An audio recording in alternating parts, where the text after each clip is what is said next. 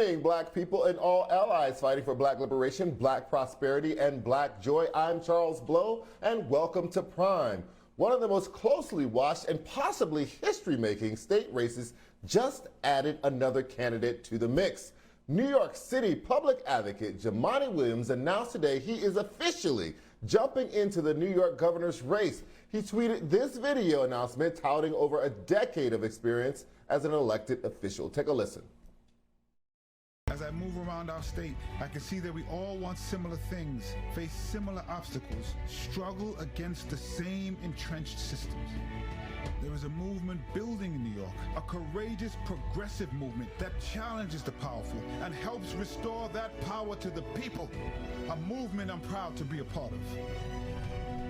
Because without courageous, progressive leadership, the way things have always been will stand in the way of what they can be. If Williams were to win, he would become only the second Black man to lead New York and the first to be elected to do so. Lieutenant Governor David Paterson was the first to become governor of the state, but he assumed the role after Eliot Spitzer resigned in a prostitution scandal.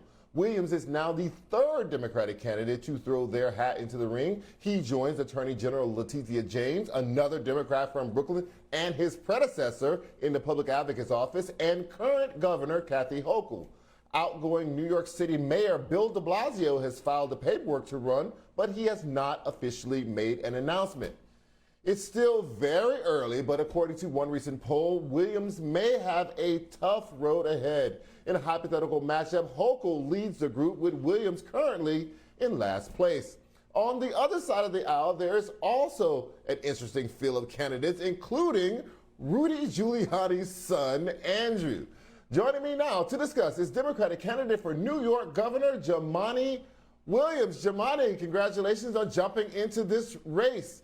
You are, of the candidates we have right now, absolutely, sir, you are by far the most progressive candidate of that slate.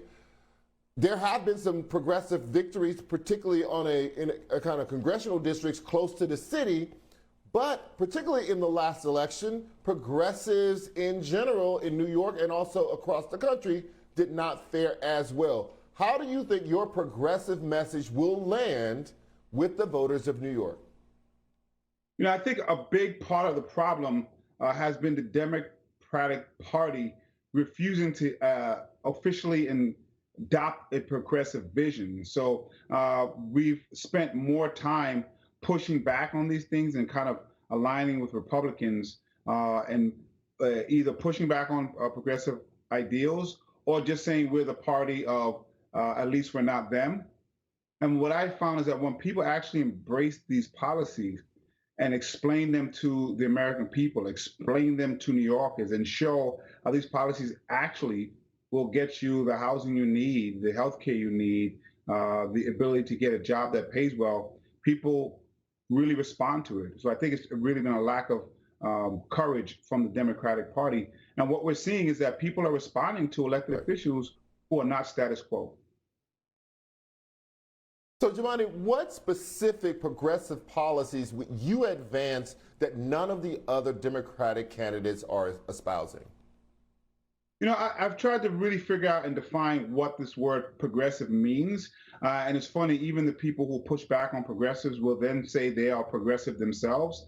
And what I've come up with is that the dividing line is really people who will take the political risk to actually get things done. So if you want to get real deep income and targeted affordable housing here in New York State, you have to not take the money from the real estate industry and actually get good policies in place. And then you have people who want to stick with the status quo of how things have been done. Right. So there's a lot of policies. Right, but Jumaane, so let's get down into the weeds on this, though, because I want to get some policy positions out of you on this particular issue. So let's just take affordable housing in New York. Are you saying that we would, maybe expand rent control or some policy like that? Or are you saying that developers would only be able to develop in certain parts of the state if they included more affordable housing in their development? Or are you saying that there will be subsidies given to people who kind of originated or planned or developed affordable housing projects. Like, what are the specifics that you are espousing that no one else in this race is espousing? So two things. One, you have to preserve the affordable housing you have, right? So you'll never be able to build faster than we're losing. So we have things like good cause eviction, making sure that people simply just can't be evicted because people want them to. There has to actually be a cause. And that sounds simple, but across the entire state, people are just being evicted at the whim of folks. Another one has to do with the tax incentives that are given here in New York State. One is called 421A. It's a fake tax policy. It really promotes people building market rate housing in the guise of getting some affordability. That has to be done away with, which sounds like a radical thing to some folks, but it's really not. And we should be putting those incentives into actually buying down deep income targeted affordability. And unfortunately, the last thing I heard from the current governor was that she was not going to entertain any revenue raising policies. That's going to be a problem as we try to renew and recover from New York State.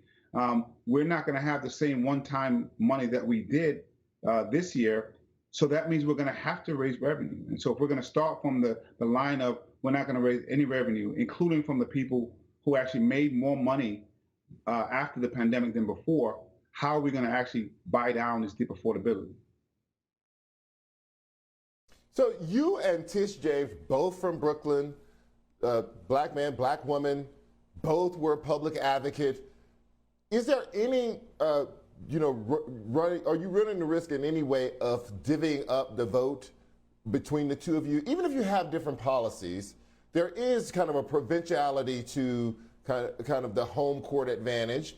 Both of you are playing for the same home court. Is that a problem in any way? Well, the way we're approaching this is one, it's really not about Attorney General James, Governor Hochul, or Public Advocate Williams. It's really about the people of the state of New York who understand now that we can't go back to normal. So we can't have the normal policies, the normal folks running to be in these positions because it didn't work for the vast majority of folks. And we've been fairly consistent on that message, having actually run against the current governor in 2018. And so we believe our message and our vision is strong, and people will receive that vision and that message. And we're going to keep pushing forward for that because this is about the state, the people who are living in this state. I would say there's often more than one white candidate in a race as well. And we don't often talk about splitting the vote there. So that's something I always like to bring up as well. Absolutely, sir. One other thing, New York City is both a huge economic and cultural engine for the state of New York. The pandemic has completely changed the city in many ways. We just started to have back foreign visitors in the country as a whole, but foreign visitors were a big part of the economy of New York. How do you see, as governor, that you would address the post-pandemic New York City and restoring it to what it was before, or making it even better than it was before? Well, public safety is a big thing, and us Democrats have not done a good job in messaging public safety, and that's been a fault of ours. And so we do know that we've seen increases in violence that is going to, tell whether folks want to come back or not. Thankfully, they still are coming back currently, but we have to do better messaging what we're doing for public safety because our policies actually work better than just simply saying we're going to lock up as many people as possible. But we haven't been able to spread that message. But when I do look at New York City, I have to look at places like Buffalo, Syracuse, Rochester, Hudson Valley, Ithaca, Long Island. They're all actually dealing with similar things, although there are regional differences. So when it comes to public safety, that's one. But two, putting forth a vision of a transformative economy is really important. Saying that we are going to look at fairness fees so that people who are making more money now than they were before the pandemic started will actually pay their fair share. This transformative economy message is one that can unite people who think they have nothing in common, whether it's the white farmer in upstate farm country or the black trans woman in Brooklyn who haven't benefited from the economy the way it is. On a personal note, Jumaane, you addressed your Tourette syndrome at the top of your announcement video. you were diagnosed with it at a young age, and you talk about its impact on you. But why was that important for you to do? Such a personal issue, kind of a vulnerable issue in some ways for some people. Why was that important for you to put up front in your announcement? I was diagnosed with Tourette syndrome, ADHD, in probably around ninth grade. Had a pretty tough time in public school. We made it through from preschool to master's. It's something that's pretty visible. It's visual. I've learned that everyone is dealing with something, and we have never been shy about Tourette's. But I have actually decided to make sure we speak about it even more, seeing how it touches people. People don't know I was the first elected official known to have Tourette syndrome in the country. And we have always tried to use the things that I am dealing with personally, the things that made me me, and put it out there because I know I'm not the only one. There are a lot of folks who are dealing with things, and we want to be open and honest that this is, this can be you. You can be the public advocate. You can be a council member. You can be governor. So in that vein, how do you see your personal narrative, not only Tourette's obviously, but your personal narrative as a person who has been in public life and in kind of public service for so long, your personal narrative from Brooklyn, how do you see that playing in the race to your advantage? We're a first generation Brooklynite. As I mentioned, have Tourette's syndrome. I happen to have been Black my entire life. I come from Brooklyn, New York. I think these are all positives.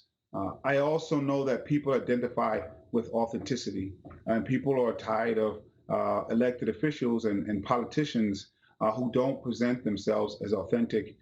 It's the only thing I've been able to do. It's the way we've been able to have success because people believe, I believe in what we're doing.